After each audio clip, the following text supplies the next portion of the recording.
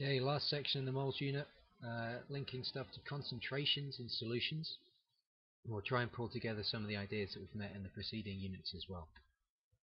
So, this is what you should be knowing by the end of it, all about concentrations and the idea of a standard solution which you'll be using in class in titrations, no doubt.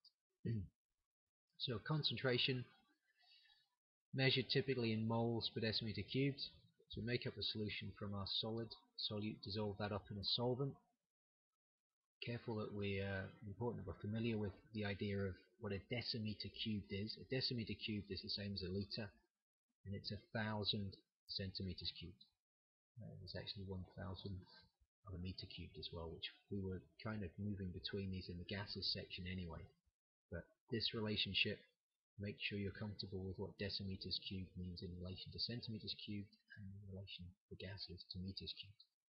And you can see here a little example of working out a concentration using some of the ideas here.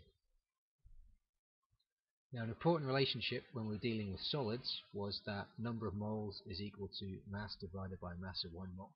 Well, when we're dealing with solutions, we're going to use this one. Number of moles is equal to concentration times volume.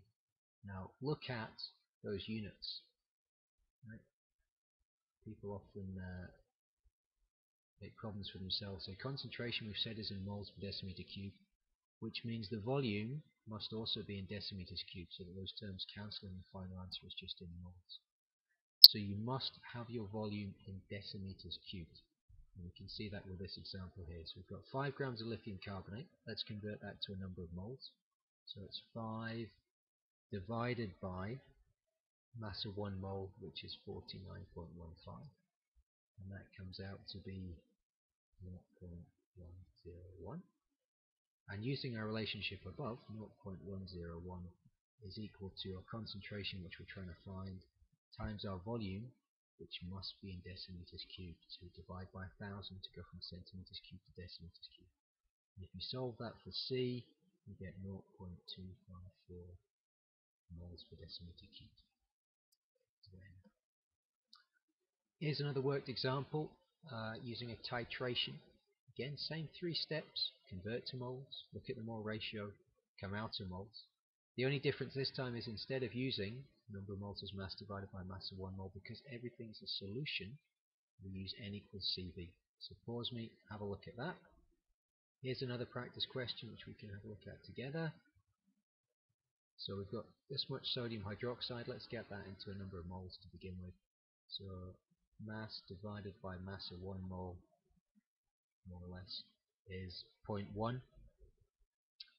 And we're making up the solution. What's the concentration of that solution going to be? Well, let's use N equals CV. So 0.1 is equal to concentration, which we don't know, times the volume, again in decimeters cubed. So my concentration of that solution is going to be 1 mole. Then I can think, how are these things reacting? Well, my balanced equation is going to be sodium hydroxide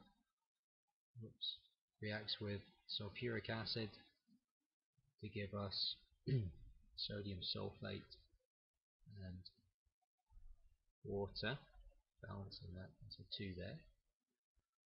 So, retitration, got 20 centimeters cubed of this, and that's at 1 molar.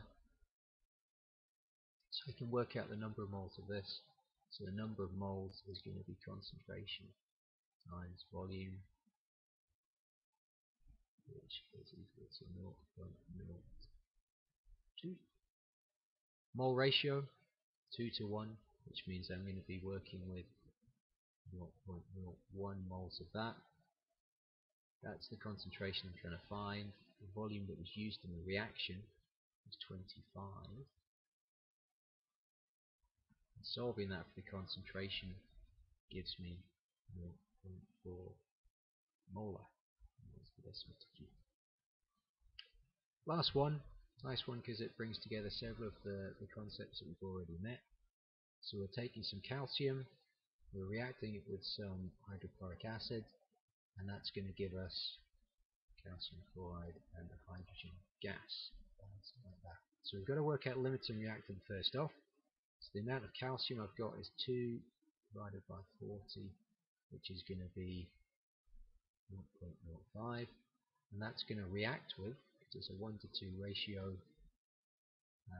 0.1 moles of hydrochloric acid. Let's see if we do have 0.1 moles of hydrochloric acid. So we'll do our N equals CV on that.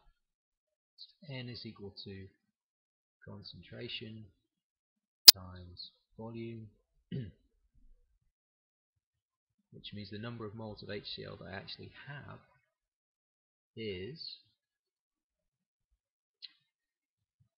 5 times 10 to the minus 3. If you want to see it a bit full, it's going to be that much. So not enough, right? We needed this. This is therefore my limiting reactant. This is going to determine how much product I get. And based on that equation, because it's a 2 to 1 ratio with a hydrogen, I'm going to end up making 0.0025 moles of hydrogen. And if we use our relationship, let's say it's at room temperature, that 1 mole of any gas is 24 decimeters cubed at room temperature and pressure. Then it means multiplying this by 24,000 will give me my number of centimeters cubed of gas produced. It should be 60 centimeters cubed.